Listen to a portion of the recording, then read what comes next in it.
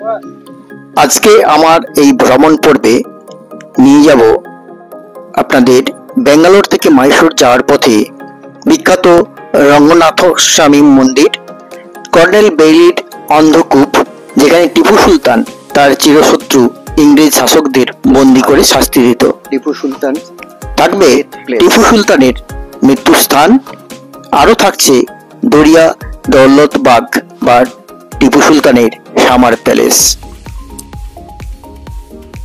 কলকাতা থেকে ফ্লাইটে ব্যাঙ্গালোর এসে ছোট গাড়ি নিয়ে চলে আসি ব্যাঙ্গালোরের ইলেকট্রনিক সিটি ফেজ 1-এ।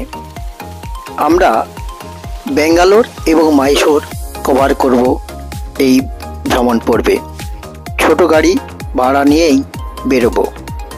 কালকে থেকে ছিলাম এইখানেই ব্যাঙ্গালোর, যেটা সিলিকন সিটি ব্যাঙ্গালোরে। আমরা রয়েছি ইলেকট্রনিক সিটি ফেজ 1-এ। আজ আমাদের গন্তব্য, আমরা যাব মাইসোর। মাইসোরে যাওয়ার আগে টিপু সুলতানের কে ইংরেজরা চতুর্থবার অ্যাটাকের পরে যেখানে মেরেছিল সেই স্থান দেখব। তারপর আমরা একটা বার্ড স্যাংচুরি, তারপর আমরা মাইসোর প্যালেস, চামুন্ডি হিলস, এইসব দেখে আমরা ফিরব। আমাদের সঙ্গে থাকুন, আশা করি ভালো লাগবে। এখানকার ওয়েদারটা এখন পর্যন্ত খুব মনোরম, দারুণ সুন্দর। Bangalore city, silk city Bangalore. Startup city Bangalore, 50% acquired by Infosys, electronic city and Wipro. Very fantastic city, দারুণ সুন্দর। ইলেকট্রনিক সিটি ফেজ 1-এ আমরা ছিলাম, এখন আমরা চলছি মাইসোর এক্সপ্লোর করতে। তথ্য সম্বলিত ভ্রমণ পর্বটি শেষ পর্যন্ত দেখার অনুরোধ রাখলাম। ভালো লাগলে লাইক, শেয়ার ও আপনার ভ্যালুয়েবল কমেন্ট করতে ভুলবেন না। ব্যাঙ্গালোর থেকে মাইসোর এক্সপ্রেস ধরে, মাইসোর এক্সপ্রেসটা খুব সুন্দর। এখানে স্পিড লিমিট 100 ক্রস করলেই ফাইন 1000 টাকা। মাইসোর এক্সপ্রেসটা খুব সুন্দর গতিতে গাড়ি এগিয়ে চলেছে। খুব সুন্দর রাস্তা, কোনো জার্নি ফিল করছি না, দারুণ সুন্দর।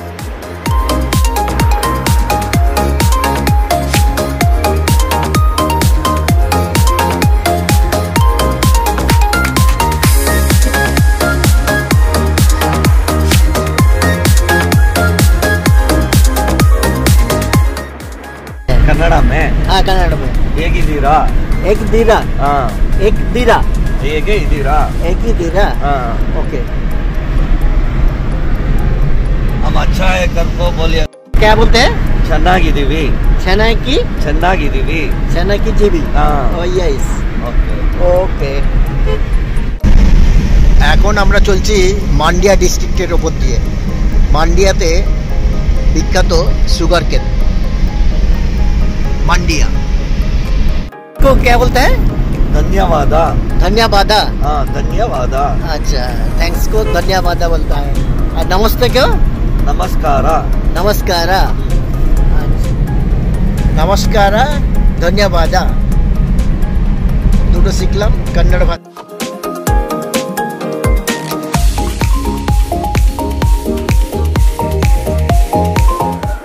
এখানে সবথেকে বেশি হয় কব্বু। কব্বু অর্থাৎ আখ, কব্বু, এবং ধানও হয়। আক্কি, আক্কি বলতে হয়। কব্বু এবং আক্কি, আখ এবং ধান এখানকার প্রধান ফসল। আমরা রঙ্গনাথ স্বামী টেম্পলে প্রবেশ করছি। এটাই আমাদের ফার্স্ট ভিজিট টু রঙ্গনাথ স্বামী টেম্পল। ব্যাঙ্গালোর থেকে আমরা মাইসোরে চললাম। যাওয়ার পথে রঙ্গনাথ স্বামী টেম্পল আমাদের প্রথম ভিজিটিং প্লেস। এই টেম্পলটার দেখে নেওয়ার পরে টিপু সুলতানের প্রাসাদ দেখতে চলব। কর্ণাটকের মান্ডু জেলায় একটি প্রাচীন ও বিখ্যাত মন্দির হলো রঙ্গনাথ স্বামী টেম্পল। কাবেরী নদীর একটি দ্বীপে অবস্থিত। এখানে ভগবান রঙ্গনাথ বা বিষ্ণুকে অনন্ত শয্যায় শায়িত অবস্থায় দেখা যায়। বিষ্ণু ও তাঁর স্ত্রী লক্ষ্মী মাতার মন্দির। এটি একটি হিন্দু মন্দির। মাইসোর থেকে 15 কিলোমিটার দূরে অবস্থিত। 1780 সালে কর্নেল বেইলি হায়দার আলী দ্বারা বন্দী হয়ে এই গুমঘরে থাকেন। 1782 সালের 13ই নভেম্বর বন্দী অবস্থায় তিনি মারা যান। এই সময় থেকে এই গুমঘরের নাম কর্নেল বেইলি গুমঘর। অফিসারদের এখানে গুমঘরে রেখে শাস্তি এবং মৃত্যুদণ্ড দেওয়া হতো। এখন আমরা চলে এসেছি টিপু সুলতান ফোর্ট, যেখানে ইংরেজদের সঙ্গে সবসময় সংঘাত করত এবং ইংরেজ এবং তার সহযোগী ভারতীয়দের এক জায়গায় বেঁধে রেখে জল ছেড়ে মারত। সেই অন্ধকূপের মধ্যে এখন চলছি। দারুণ। এই যে দেখছেন, এইগুলোতে ইংরেজ এবং তার সহযোগীদের দুহাত করে বেঁধে রাখতো। বেঁধে সব কথাগুলো বের করতো। করার পরে যদি না বের হতো কথাগুলো, উপর থেকে জল ছেড়ে দিয়ে মারতো। এই যে কামানটা দেখছেন, এই চতুর্থবার ইংরেজদের সঙ্গে যুদ্ধে সম্ভবত এই কামানটি ওড়ে এই ঘরটিকে ধ্বংস করে এবং টিপু সুলতান চতুর্থবার এটাকে মারা যায়। এই হচ্ছে সেই পোল। এখান থেকেই সম্ভবত এই কামানের গোলাটি পড়ে। টিপু সুলতানদের সঙ্গে ইংরেজদের সব সময় একটা সংঘাত লেগেই থাকতো। এইটাই হচ্ছে কামানের গোলা। হ্যাঁ, এইখান থেকে পড়েছে।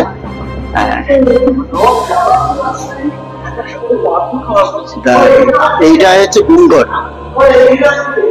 গুমঘর, হ্যাঁ, এটা ড্রেনেজ সিস্টেম। আর ওপর থেকে জল আসতো সেটাও দেখাচ্ছি। ওপর থেকে যেখান থেকে জল ওরা ছাড়তো সেটাও দেখাচ্ছি। করে এভাবেই দুটো হাতকে বেঁধে রেখে ওরা এরকম শাসন করতো মুখ থেকে কথা বের করার জন্য। তারপর না বেরোলে কথা, ওরা জল ছেড়ে মেরে দিত। এই যে কালার চেঞ্জটা, ওই কালার চেঞ্জ ওইখান থেকেই জলটা ছাড়া হতো ওপর থেকে। হ্যাঁ, ওপর থেকে এখান থেকেই ছাড়া হতো জলটা। এর ভেতরে যারা রক্ষী থাকতো ওই জলটা ছেড়ে তারপর তারা নিজেদের বাঁচার জন্য এই স্টেপ গুলো করে উপরে চলে যেত।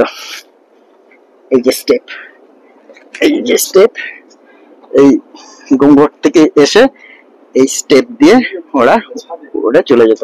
আর ওই যে দেখা যাচ্ছে এখনো ওইখান থেকে জলগুলো ছাড়া হতো। এখন আমরা চলে এসেছি টিপু সুলতানের মৃত্যুস্থান, টিপু সুলতান ডেথ প্লেস।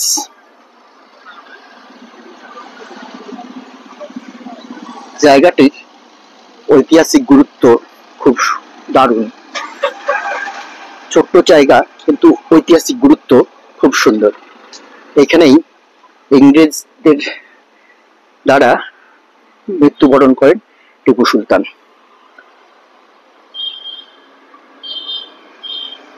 চতুর্থবার লড়াইয়ের পর ইংরেজরা মারতে পারেন। এই স্থানটি হলো টিপু সুলতানের মৃত্যুস্থান।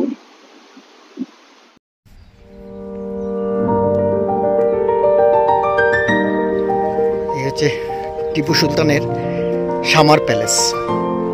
আমরা 20 টাকা দিয়ে এন্ট্রি করেছি, ইন্ডিয়ানদের জন্য 20 টাকা। আমরা চলে এসেছি টিপু সুলতান সামার প্যালেসে।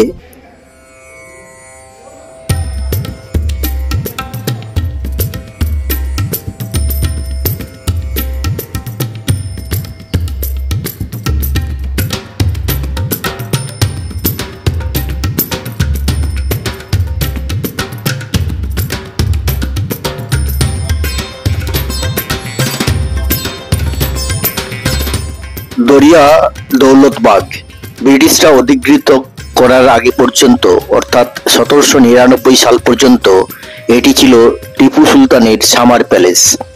এটি টিপু সুলতান 1784 সালে তৈরি করান। প্রাসাদটি বড়, সুন্দর ও গোছানো বাগানের মধ্যস্থলে, সেই জন্য একে দরিয়া দৌলতবাগ বলে। প্রাসাদটি ইন্দো ইসলামিক স্টাইলের। প্রাসাদটি মূলত সেগুন কাঠের দেওয়াল, রূপ, পিলার্স, ক্যানোপিজ, ব্যালকনিগুলো সুন্দর পেন্টিং করা। 1780 সালে কর্নেল বেইলির সঙ্গে দ্বিতীয় ইংরেজ এবং মাইসোর যুদ্ধের কাহিনী চিত্র আঁকা রয়েছে এর পশ্চিম দেওয়ালে।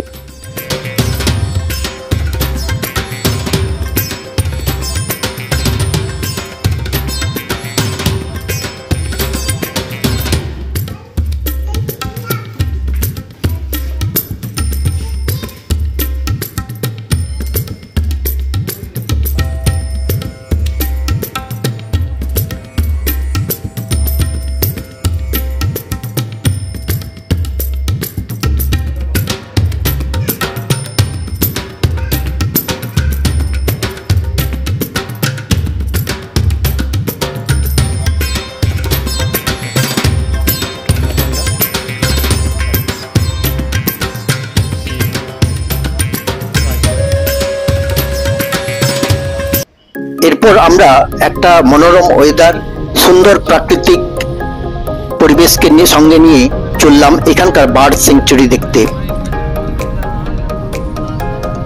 কাবেরী ড্যামের জল ছাড়ায় এখানকার বার্ড স্যাংচুরি এদিন বন্ধ ছিল।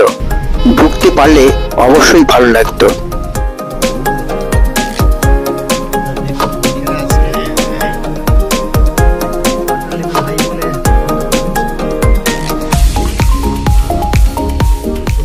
এরপর চললাম মাইসোর প্যালেস দেখতে। মাইসোর প্যালেসের সুন্দর ভিডিও দেখতে পাবেন আমার পরবর্তী ভিডিওতে। ভিডিওটি শেষ পর্যন্ত দেখার জন্য অসংখ্য ধন্যবাদ। ভিডিওটি ভালো লাগলে অবশ্যই লাইক ও শেয়ার করে দেবেন। আমার চ্যানেলে নতুন হলে চ্যানেলটি সাবস্ক্রাইব করে রাখবেন।